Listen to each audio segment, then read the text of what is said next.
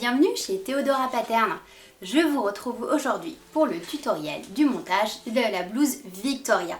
Cette blouse, elle existe en deux versions. Une version avec un col montant et une version plus estivale avec un col décolleté. Je vous montre tout ça en image tout de suite. Voici la première version, celle que nous allons coudre dans la vidéo. Donc vous allez pouvoir ici réaliser un plastron avec des plis religieuses, un col montant juste ici, ainsi qu'une fente indéchirable qui se termine avec des petits boutons. Cette version comporte également dans les deux versions des volants juste ici, ainsi que des manches qui sont légèrement froncées aux deux extrémités. Voici la seconde, plus estivale, avec cette pièce en décolleté et un col qui va faire le tour pour de jolies finitions. N'hésitez pas à ajouter des volants, rubans, galons, tout ce qu'il faut pour lui donner un air vintage. Dans cette vidéo, nous allons voir toutes les étapes du montage, donc que ce soit de la version 1 ou de la version 2. N'hésitez pas à faire des allers-retours pour visionner vraiment image par image les étapes un petit peu plus compliquées. En ce qui me concerne, j'estime qu'il n'y a pas de niveau de difficulté majeur puisque tout le monde peut apprendre la couture. N'hésitez pas à liker cette vidéo, à partager, à commenter et aussi à vous abonner. Comme ça, vous ne manquerez plus aucune vidéo du montage des nouveaux patrons qui sortiront.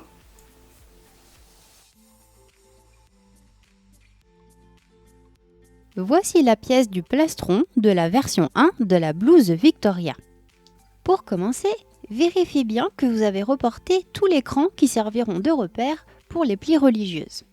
Et ensuite, tracez au stylo friction les lignes des plis entre ces repères. Le tracé s'effacera au repassage. Tracez les lignes de part et d'autre de la pièce. Vous devez en avoir 8 de chaque côté. Sur le côté droit, voilà le résultat de l'épinglage des plis. Je vais vous montrer comment faire pour obtenir ce résultat.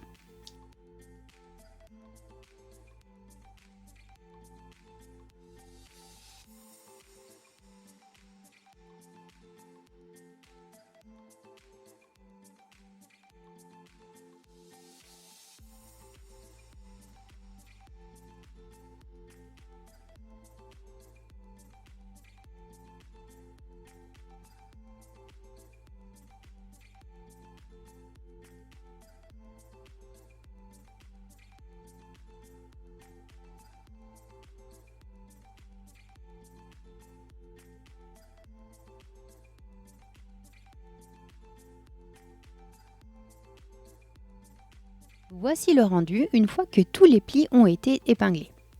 Vous allez ensuite pouvoir passer à la machine à coudre et piquer chaque pli un par un avec une marge de couture à 0,5 cm. Je vous conseille de commencer par les extrémités et de continuer vers les plis du milieu de la pièce pour éviter de les piquer entre eux. Piquez chaque pli en prenant votre temps sans tirer sur le tissu pour éviter de le déformer. Soit vous suivez le tracé du stylo friction ou alors vous piquez à 0,5 cm du bord. Procédez par étapes pour ne pas piquer les plis entre eux, c'est assez important. Il y a 8 plis à piquer.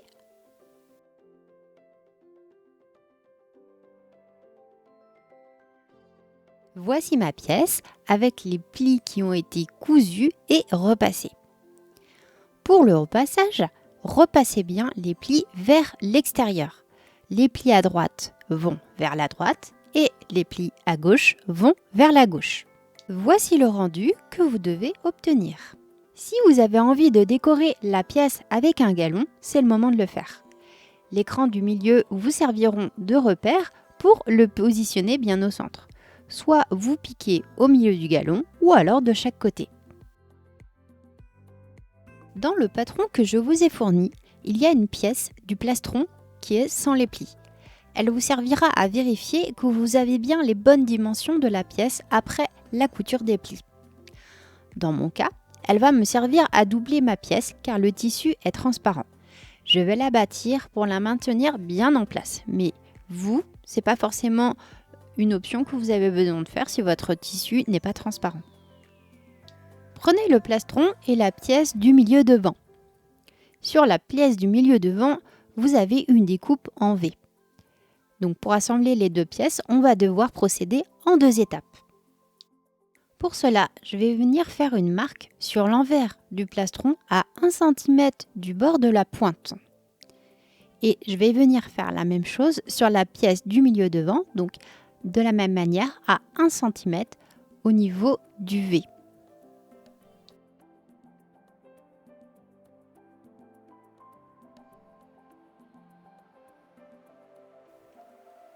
Je vais venir prendre une épingle et je vais piquer les deux tissus au niveau des repères l'un sur l'autre. Donc je vous rappelle que les tissus sont bien positionnés endroit contre endroit. Ensuite, je vais venir pivoter le tissu pour bien l'orienter et je vais l'épingler pour le bloquer. Il ne vous reste plus qu'à épingler le reste. À la machine à coudre, je vais piquer à 1 cm du bord jusqu'au repère, c'est-à-dire là où il y a mon épingle. Une fois à ce repère, laissez votre aiguille dans le tissu. Relevez le pied presseur. Vous allez ensuite cranter la pointe de la pièce qui est le milieu devant. Et ensuite, on va pouvoir pivoter le tissu pour le replacer de l'autre côté et piquer sans encombre. C'est ainsi qu'on obtiendra un joli V sans pli. Donc on va venir maintenant piquer à la machine à coudre à 1 cm du bord jusqu'au point de repère qu'on a marqué au stylo friction.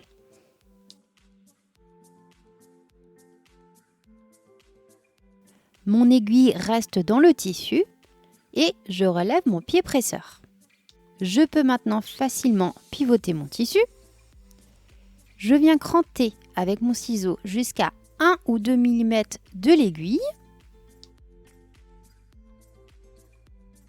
Je replace mon tissu bord à bord et j'épingle. Tirez bien sur le tissu qui est en dessous pour éviter de former des plis. Je redescends le pied presseur et je termine ma couture comme si de rien n'était.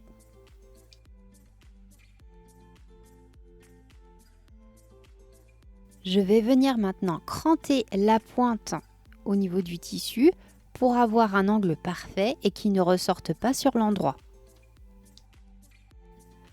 Voici le résultat sur l'envers. On voit la piqûre que je viens de faire. J'ai surjeté la couture des deux côtés pour éviter que ça ne s'effiloche. Mon angle a bien été cranté. Une fois que tout ceci a été fait, repassez la couture vers le bas. Sur l'endroit, voilà ma pointe qui a bien été formée. Le repassage aide beaucoup s'il vous reste des petits plis pour les lisser. Ce que vous pouvez faire pour maintenir les marges vers le bas, c'est de surpiquer à 1 ou 2 mm du bord, comme ça elles ne bougeront pas.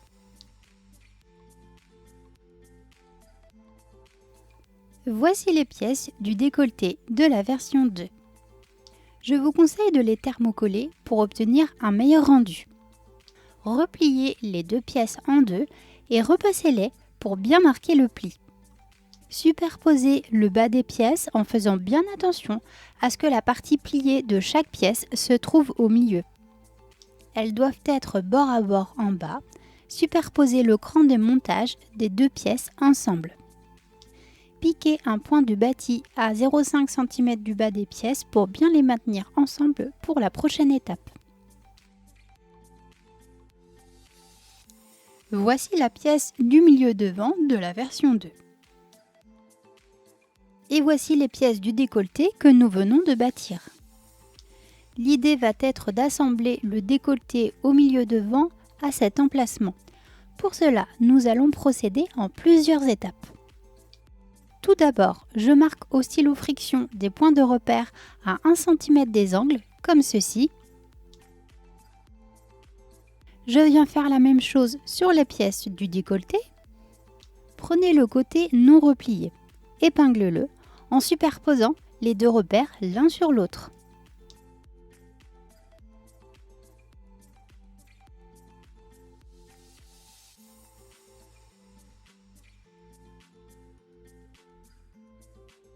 Pour assembler les pièces ensemble, je vais piquer du haut jusqu'au premier repère. Laissez l'aiguille dans le tissu et relevez le pied presseur pour faire pivoter le tissu. Crantez le tissu du dessous. Replacez le bord des pièces du décolleté sur le bord du milieu devant et épinglez en plaçant les deuxièmes repères l'un sur l'autre. Puis piquez jusqu'au deuxième repère. Ensuite, on vient faire la même chose sur le troisième côté. En une seule étape, vous allez coudre les 3 côtés et vous obtiendrez des angles très propres et très précis. Voici le rendu en image avec la machine à coudre. Mes 2 pièces ont été épinglées l'une à l'autre jusqu'au point de repère. Piquez jusqu'à ce point et laissez l'aiguille plantée dans le tissu. Relevez le pied de la machine et faites pivoter votre tissu pour le cranter.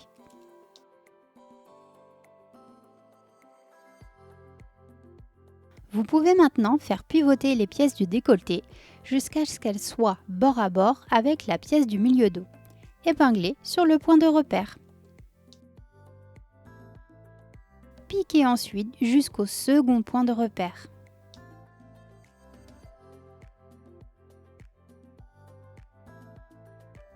Reproduisez ces mêmes étapes pour coudre le troisième côté du décolleté.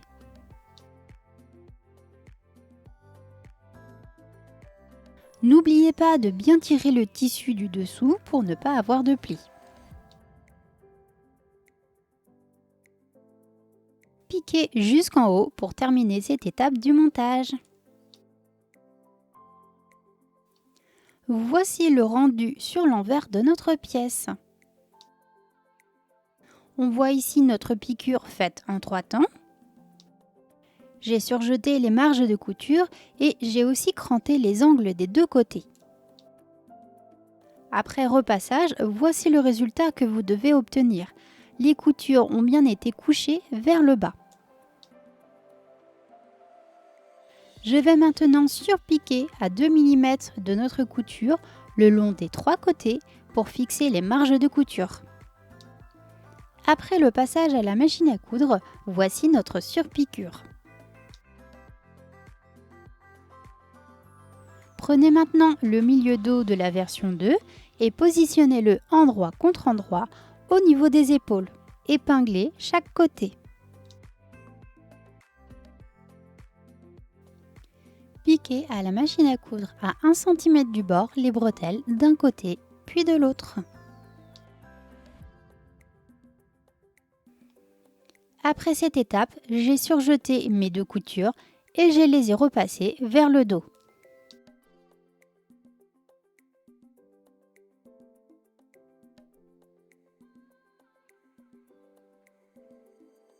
Voici la pièce du milieu dos qui dans mon cas a été doublée. Normalement, vous avez découpé la fente qui se trouve sur le milieu dos jusqu'au point de repère. Nous allons venir poser un biais pour créer une fente indéchirable. Prenez la pièce côté envers vers vous et ouvrez la fente. Épinglez ensuite à 1 cm du bord sur les extrémités avec le biais. Plus vous vous rapprochez du bas de la fente, plus vous allez devoir épingler proche du bord. Continuez d'épingler de l'autre côté, donc en reprenant la marge de couture, en épinglant à 1 cm du bord. Si je tends correctement mon tissu, vous pouvez voir ici la ligne du pli du biais sur laquelle on va piquer à la machine à coudre juste après. Quand vous piquez, tirez bien sur le tissu du dessous pour ne pas créer de plis. Une fois que c'est fait, refermez le biais et piquez sur l'endroit du tissu à 1 ou 2 mm du bord pour enfermer les marges de couture de manière propre à l'intérieur. Avec la machine à coudre, nous allons piquer le biais à la fente. Vous devez vous trouver sur l'envers du tissu. Vous piquez sur la ligne de pli du biais à 1 cm du bord. Plus je vais me rapprocher de la fin de la fente, plus le biais va être épinglé proche du bord du tissu. Donc étirez bien le tissu du dessous pour ne pas avoir de mauvaises surprises. On termine toujours en piquant sur le pli du biais jusqu'à l'autre extrémité de la fente. Après avoir retourné mon tissu, je referme le biais pour cacher les marges de couture à l'intérieur. J'épingle sur toute la longueur pour me faciliter le second passage à la machine à coudre.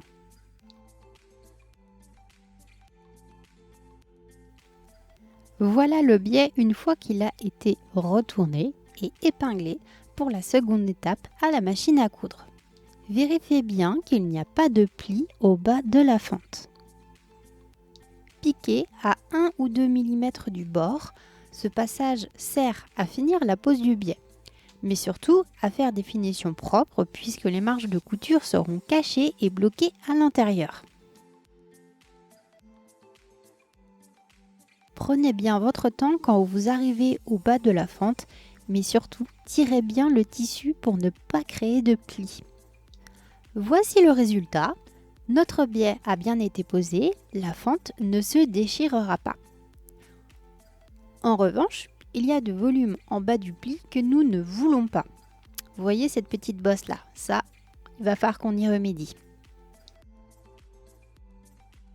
Alors pour cela, je vais retourner le tissu et je vais venir superposer symétriquement les deux bords du biais l'un sur l'autre. L'idée va être de faire une piqûre en diagonale dans le bas du biais pour corriger ce petit défaut. Piquez en plusieurs allers-retours dans la diagonale du bas du biais.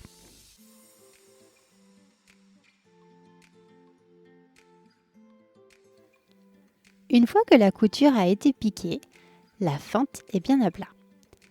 Vous pouvez même l'aplatir un petit peu plus en lui donnant un petit coup de fer à repasser. Pour ma part, comme j'ai doublé ma pièce, je retire mon fil de batik qui me servait à bien maintenir les deux couches de tissu ensemble pendant le montage. Prenez maintenant les pièces du milieu devant et les pièces du milieu dos. Superposez-les l'une sur l'autre, endroit contre endroit, au niveau des épaules. J'épingle les deux côtés.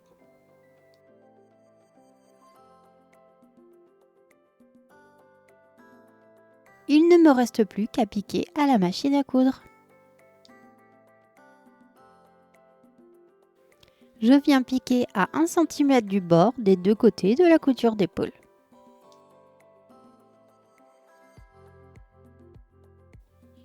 Voici ma couture d'épaule. Je l'ai piquée à 1 cm des deux côtés, ensuite je l'ai surjetée et enfin je l'ai repassée et couché les plis vers le dos. Vous pouvez aussi surjeter chaque côté et repasser avec les coutures ouvertes pour éviter les surépaisseurs au moment du montage du col. Sur l'endroit, on commence à deviner notre blouse. La fente indéchirable est bien placée, les plis du plastron sont dans la bonne direction, il ne nous reste plus qu'à monter le col. Voici une des deux pièces du col, celle qui a été thermocollée. J'ai préalablement repassé ce bord du col à 1 cm. J'ai essayé de former un bel arrondi sans cassure car c'est ce côté du col qui sera visible de la blouse. Vous pouvez aussi le bâtir pour maintenir le pli bien en place si vous le souhaitez. Positionnez le col avec la face endroit vers vous et prenez le système d'attache que vous avez choisi pour le bouton. Ça peut être de la queue de rat, un ruban fin ou même un élastique rond. À vous de voir ce que vous préférez. Je vais venir le placer sur le côté gauche du col, entre le pli qu'on a formé et le haut de la pièce. Je vais venir épingler le ruban avec la boucle à l'intérieur du col. Et ensuite, je vais venir le bâtir à la machine à coudre avec un point très serré à 0,5 cm du bord pour que tout reste en place lors de l'épinglage du col. Voici ma boucle qui a été bâtie. Prenez ensuite l'autre col qui n'a pas été thermocollé. Positionnez-les l'un contre l'autre, endroit contre endroit. Piquez ensuite à la machine à coudre le col à 1 cm du bord. Faites plusieurs allers-retours au niveau du ruban. Pour garder un bel arrondi du col une fois qu'il a été retourné, il va falloir recouper les marges de couture à 0,5 cm. Voici les cols des deux versions une fois qu'ils ont été cousus, crantés, retournés et repassés. Nous avons toujours le décalage de 1 cm en bas de chaque col, ce qui est tout à fait normal. Il nous servira à assembler le col au reste du montage de la blouse. Une fois que vous avez fait cela, je vous encourage à plier le col en deux et à vérifier que les bords soient bien symétriques l'un par rapport à l'autre. Dans la version 1, ils seront l'un à côté de l'autre, donc le moindre défaut vous sautera aux yeux. C'est le moment de faire des corrections si vous en avez besoin. Nous allons venir faire une petite piqûre décorative sur le tour du col à 1 ou 2 mm du bord qui a déjà été cousu dans la version 1 et dans la version 2. Une fois surpiquée, ma pièce du col est prête à être assemblée au reste de la blouse. Prenez les pièces des milieux devant côté envers vers vous, positionnez le col côté endroit et épinglez en commençant par le cran qui marque le milieu du col et le cran des coutures d'épaule. Épinglez le bord du col à la fente en faisant bien attention d'être bord à bord. Épinglez sur tout le tour du col sans créer de fronce. Nous allons ensuite piquer le tour du col à la machine à coudre à 1 cm du bord en prenant soin de ne pas piquer le bord replié. Je viens piquer à 1 cm du bord à la machine à coudre en faisant bien attention de ne pas piquer l'autre col. Avancez doucement en tirant régulièrement sur le tissu du dessous afin de ne pas créer de plis.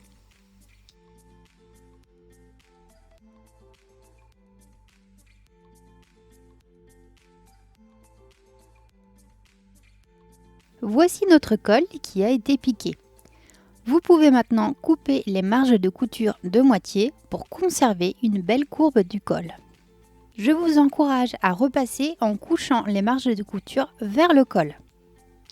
Refermez le col, placez bien les marges de couture à l'intérieur.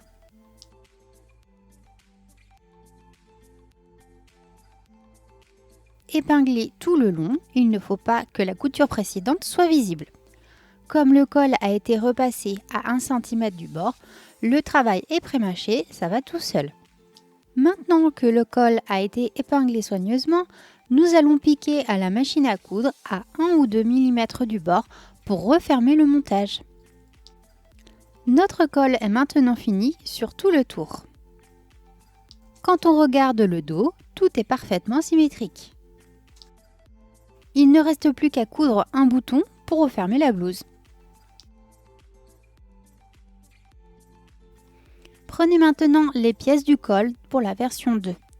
Dans un premier temps, je vais m'occuper de la pièce qui a été thermocollée. J'ai replié et repassé sur 1 cm ce bord du col. Pour vous faciliter le travail, je vous conseille de bâtir le bord et de tirer jusqu'à obtenir un bel arrondi, car ce sera cette partie qui sera visible sur votre blouse.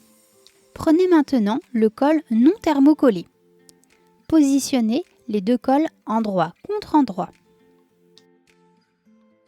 Épinglez en commençant par le cran de montage. Vous pouvez piquer à la machine à coudre à 1 cm du bord ce côté du col. Ensuite, découpez les marges de couture à 0,5 cm de la couture précédente, puis vous pouvez retourner et repasser. Voici les cols des deux versions une fois qu'ils ont été cousus, crantés, retournés et repassés. Nous avons toujours le décalage de 1 cm en bas de chaque col, ce qui est tout à fait normal. Il nous servira à assembler le col au reste du montage de la blouse. Une fois que vous avez fait cela, je vous encourage à plier le col en deux et à vérifier que les bords soient bien symétriques l'un par rapport à l'autre. Dans la version 1, ils seront l'un à côté de l'autre, donc le moindre défaut vous sautera aux yeux.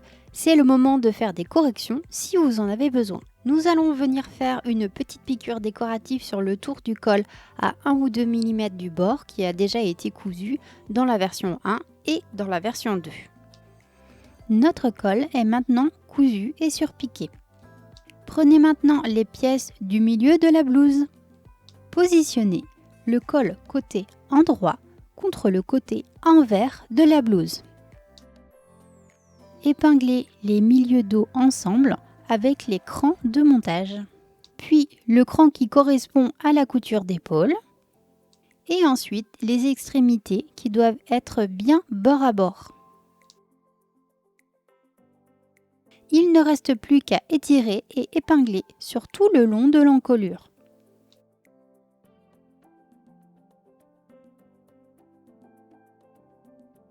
Vous pouvez maintenant piquer à la machine à coudre à 1 cm du bord sans piquer sur l'autre partie du col, cranter les marges et les repasser vers l'intérieur du col.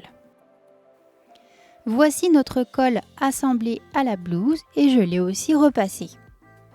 Refermez le col pour emprisonner les marges de couture à l'intérieur et épingler en faisant attention à ce que la couture précédente ne soit pas visible.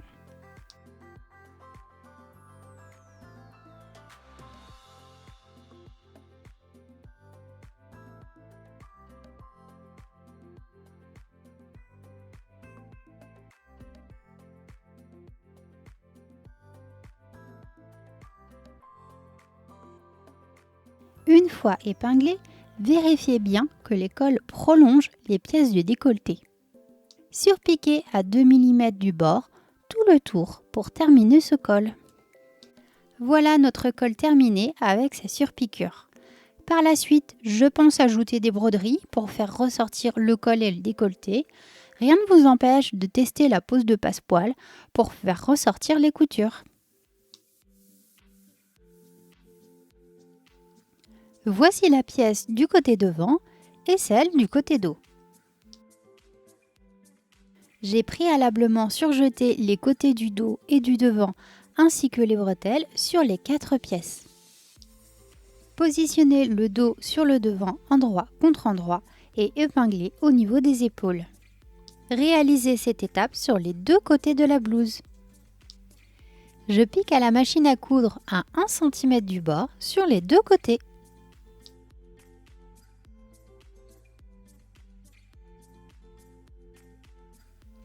Voici les 2 pièces des volants. Sur la partie arrondie de la pièce, nous allons venir faire un ourlet double.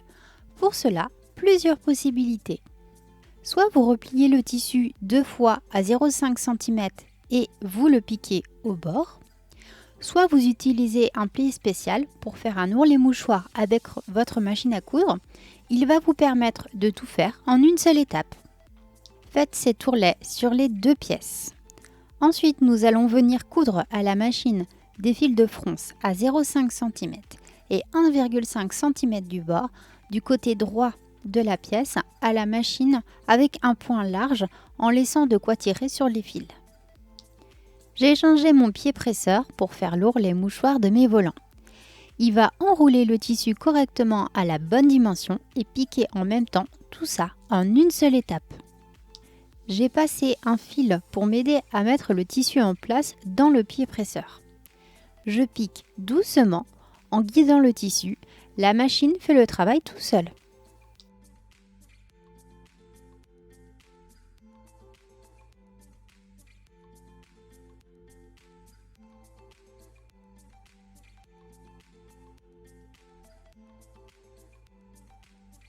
On obtient un ourlet très fin et correctement réalisé sans effort.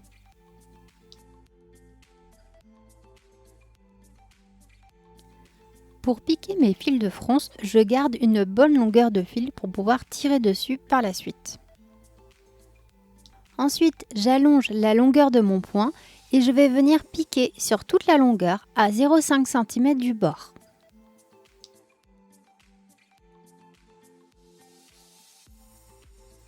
Je vais faire ceci sur les 2 pièces des volants. Ensuite, je vais venir piquer une seconde ligne à 1,5 cm du bord. Idem sur le deuxième volant. Pour la prochaine étape, prenez les pièces suivantes. Le milieu de la blouse et les côtés. Vous pouvez d'ailleurs différencier le devant du dos car le devant a une courbe plus prononcée au niveau de la poitrine. Après avoir cousu mes coutures d'épaule, je les ai repassées en séparant les marges de couture. Prenez le volant et positionnez-le endroit contre endroit sur le côté du milieu devant en faisant coïncider un cran de montage avec la couture d'épaule. Le second cran de montage présent sur le milieu devant correspond à la fin du volant. Je l'épingle au volant. Je fais pareil avec le dos. Attrapez les 2 fils de front supérieurs et tirez délicatement jusqu'à obtenir le bon écartement entre les 2 épingles qui servent de repère.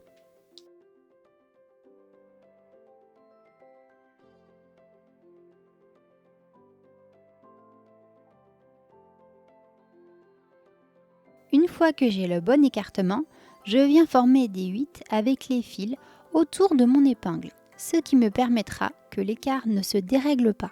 Répartissez les fronces de manière régulière, le volant commence à former de jolies ondulations. Vous pouvez maintenant épingler à espace régulier. Je vais venir faire la même chose sur le devant du montage, reproduisez les étapes une à une. Le premier volant est posé, ce qui crée des ondulations sur toute la longueur. Il faut maintenant faire la même chose avec l'autre volant sur le second côté de la blouse. Les 2 volants ont été épinglés de chaque côté. Vous pouvez positionner le côté de la blouse endroit contre endroit au milieu devant. J'ai préalablement bâti à la machine à coudre à 0,5 cm du bord pour maintenir en place les volants pour m'aider à l'épinglage. J'épingle le côté en commençant par les coutures d'épaule. Puis, sur le cran qui correspond à la fin du volant, je réépingle facilement. Faites la même chose sur le dos en respectant les crans de montage.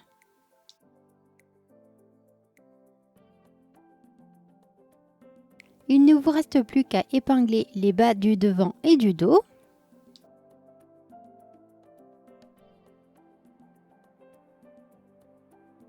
Faites la même chose de l'autre côté. J'ai piqué de chaque côté à 1 cm du bord. Ensuite, j'ai surjeté les marges de couture ensemble à la surjeteuse. Et après, j'ai repassé les marges de couture vers le milieu de la blouse. Une fois que le repassage est fini, je vais venir surpiquer à 1 ou 2 mm des coutures de côté sur les marges pour les maintenir bien en place. Nous allons assembler les coutures de côté. Épinglez-les endroit contre endroit. Un côté et l'autre.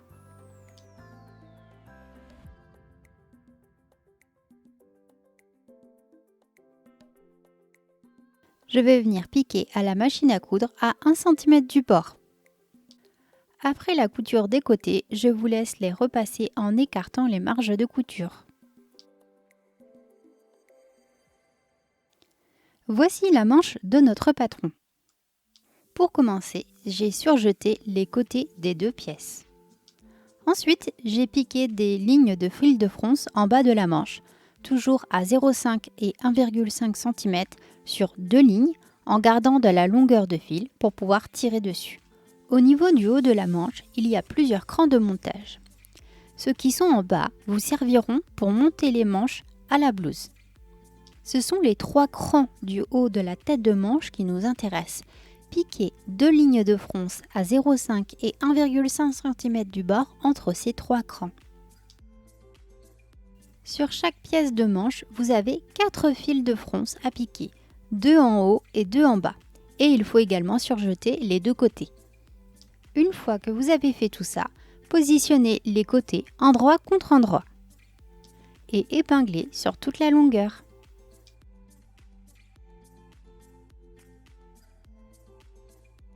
Voici les 2 pièces des bracelets de manche. Elles sont thermocollées sur la moitié de la pièce seulement. Si votre tissu est très fin, vous pouvez les thermocoller entièrement. Dans un premier temps, pliez-les en 2 dans le sens de la largeur et repassez pour marquer le pli. Sur le bord thermocollé, repliez à 1 cm du bord sur la longueur et repassez.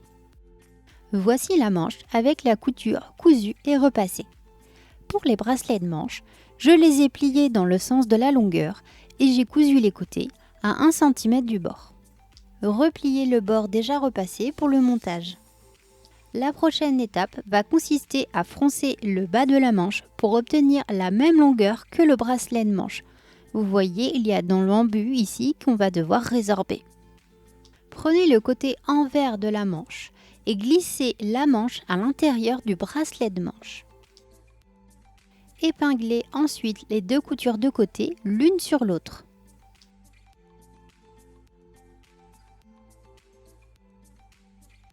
Faites un 8 avec les fils autour de l'épingle, répartissez les fronces et épinglez le tout sur tout le tour du bas de la manche. Voici ce que vous allez obtenir en suivant toutes les étapes. Piquez ensuite à la machine à coudre à 1 cm sur tout le tour du bas de la manche. Piquez le tour du bracelet de manche à 1 cm en prenant bien votre temps car l'ouverture est assez étroite.